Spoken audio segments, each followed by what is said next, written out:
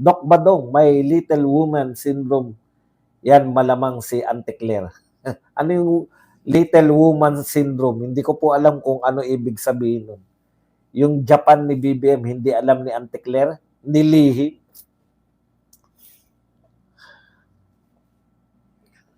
Kung pwede na lang talagang suntukan, sarap na lang hamunin si Claire Castro. Intellectually challenged yan si Randy Bustamante. Pwedeng magtrabaho kahit nasa kabilang mundo ka or mobile ka, pero nagtatrabaho. Ito nga po, yung kaso nga po ni BP Sara, nakalib siya on personal business. Nakalib na siya. Ang point niya, kahit nga nakalib ako, nagtatrabaho pa rin ako. Ganun po siya ka, di ba? Kahit nakalib siya, nagtatrabaho pa rin. Oh, Randy, sikat ka na. Ngayon ka na magtanong o ngayon ka na magsalita. Ngayong mababasa ko na yung comment mo. Huwag nyo nang banggitin. Baka may bayad sila kada banggit nyo ng pangalan. Hindi alam ni Auntie Claire kung sino at ilan ang kasama ni BBM sa Japan nang tanongin ng reporter sa ABS. Paano? Hindi naman siya kinakausap.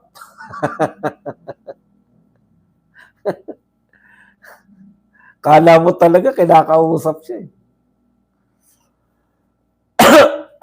Basahin nyo. Ano nga yung comment mo? Importante ka ba? Babalikan ko pa? Wala akong binabalikan. Kung ayaw mong ulitin, wag mo. Wag na natin intindihin ang mga oplok ni BBM. Gusto niya yata mag-backread pa ako para sa kanya. Utot mo. Hindi ka importanteng tao.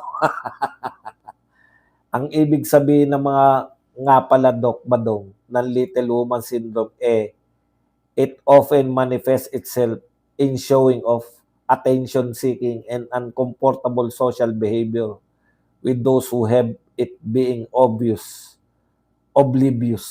Mas lalong hindi ko naunawaan.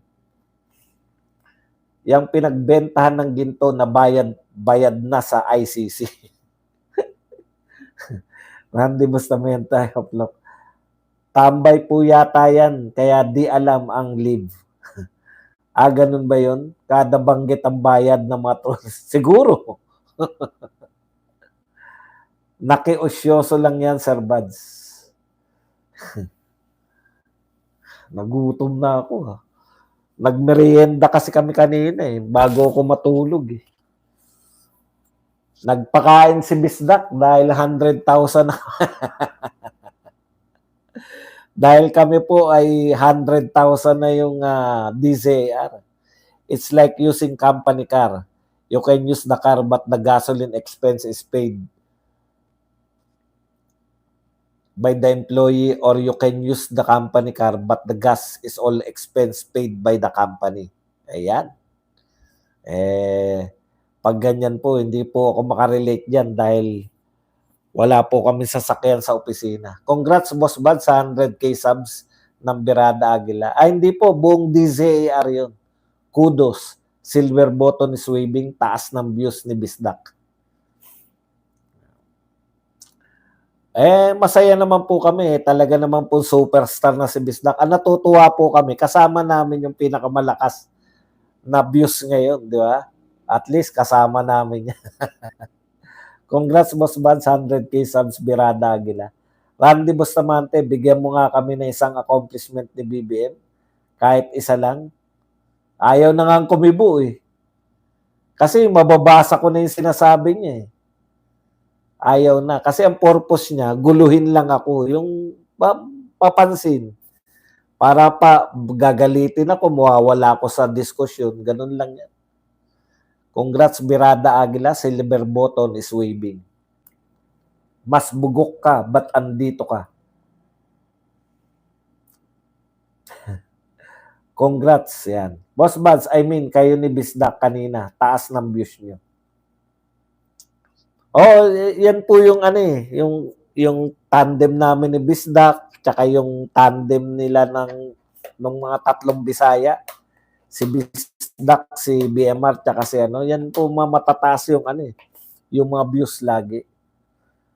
I mean, kayo ni Bisdak. Boss, permanente na po bang uupo si Abante? Ano po pwede mangyari? Ang ginawa po ni Uy, para po sa mga hindi po nakakaalam, ang ginawa po ni Uy ay nagsampa po ng sinampa niya po sa Supreme Court. So, Supreme Court po yung huling magpapasya tungkol dyan. Susunod po sila lahat sa Supreme Court.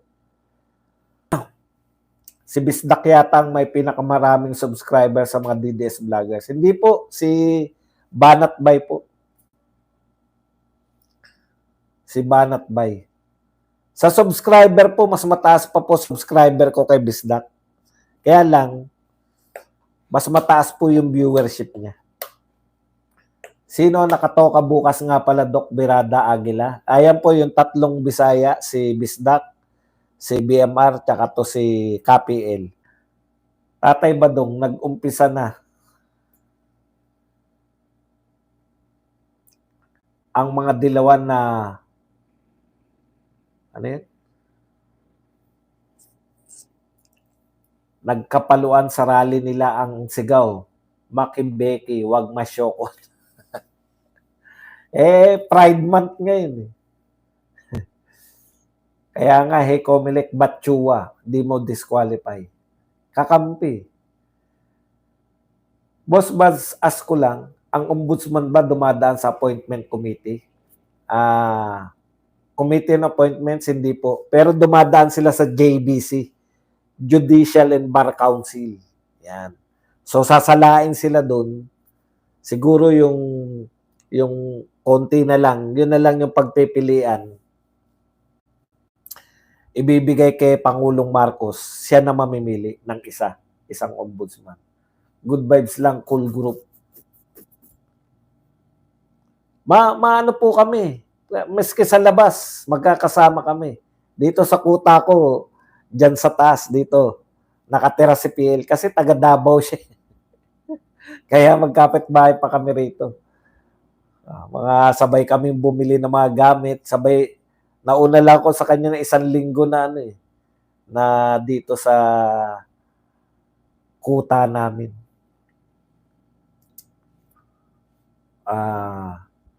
Boss, mga Miss Universe candidate, half Filipina, half anuman, kahit pinanganak pa sa labas ng bansa, pinipresentan sariling Miss Philippines. Ito pang pinanganak sa Pilipinas at nanay Pinoy, lokohan talaga. Oo, yun nga po yun eh. Yung nakakasakit nun eh. Si PM Shinawatra ng Thailand, pinasibsibak ng mga kapwa niya trabahante sa gobyerno nila dahil lamang sa isang phone call kay ex-Cambodia Prime Minister Hun Sen dahil sa border issue. Mas paano ng Pilipinas ngayon at si Remulla ang ombudsman? Lord, please help Pilipinas. Wala pa po. Hindi. Nag-apply pa lang po. But knowing Marcos, di ba?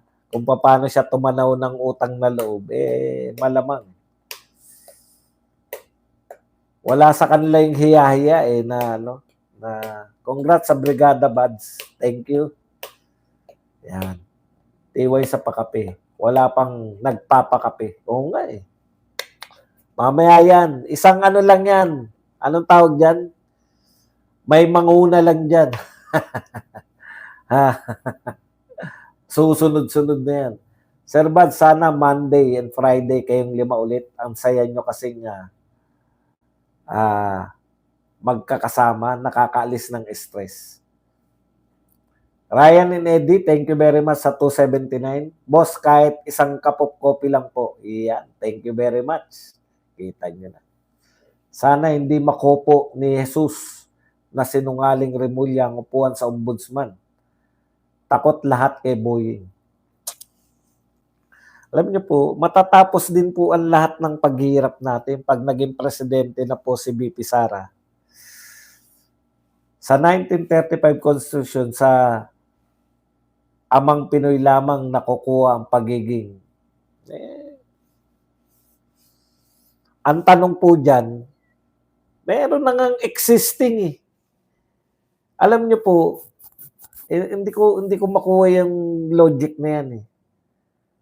Eto po, nakalagay po dun ang constitution po ngayon, pinapalitan po niya yung mga existing constitution. Hindi po pupuwede ako ang interpretasyon ko, yung interpretasyon ba ng natural born, eh, dahil nung pinanganak siya ang umiiral 1935 Constitution. Hindi ko po makuha yan kung itinama na nga, eh, 'di ba? May nakikita silang mali dun sa 1935 kaya nagkaroon ng 1972. May nakikita silang mali sa 1972 kaya merong 1987.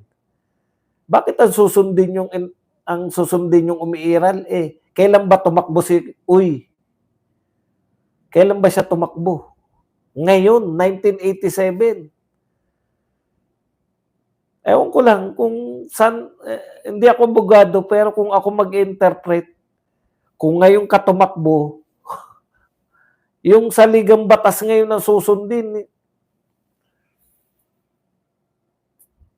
Halimbawa, 10 ba nakalagay yung natural born sa takbo ng congressman? Yung saligang batas ngayon, di ba? O bakit ibang saligang batas yung susundin nyo pagdating sa natural born? Eh, meron naman tayong saligang batas ngayon.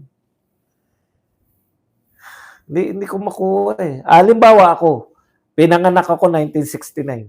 Oh, 1935 Constitution pa yun. Ibig sabihin, doon ang susundin ko pag hindi ko makuha yung logic na yun. Nakalagay po kasi sa 1987 Constitution, yung wala ka nang ginawa para ikaw, wala ka nang in-applyan. Yun po yung kahulugan ng natural born. Pwede po ba ang presidente pag may inumpisahan ng maganda at nakakatulong ay gawing batas at di magalaw at pakialaman na masusunod? Hindi po, hindi naman po batas. Halimbawa, yung war on drugs, gagawin yung batas yung war on drugs. Project po yun, eh. May mga batas pong gumagabay doon. Di ba? Ano po mga batas? Bawal gumamit ng droga. Bawal magbenta ng droga. O, yun po. Dati na yun, existing na yun. Ngayon, gusto mo ipatupad ng mahigpit yun, meron kang war on drugs. Hindi po pwedeng ibatas yung war on drugs. Proyekto lang yun na nakabatay sa batas. Di ba?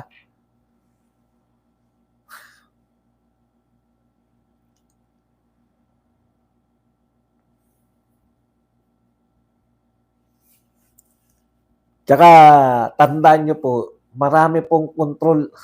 Nakita po natin yan, eh. Yung control po ng mga oligarko, maging sa mga senador, maging sa mga congressman. Kitang-kita natin yan. Lalo na sa senador.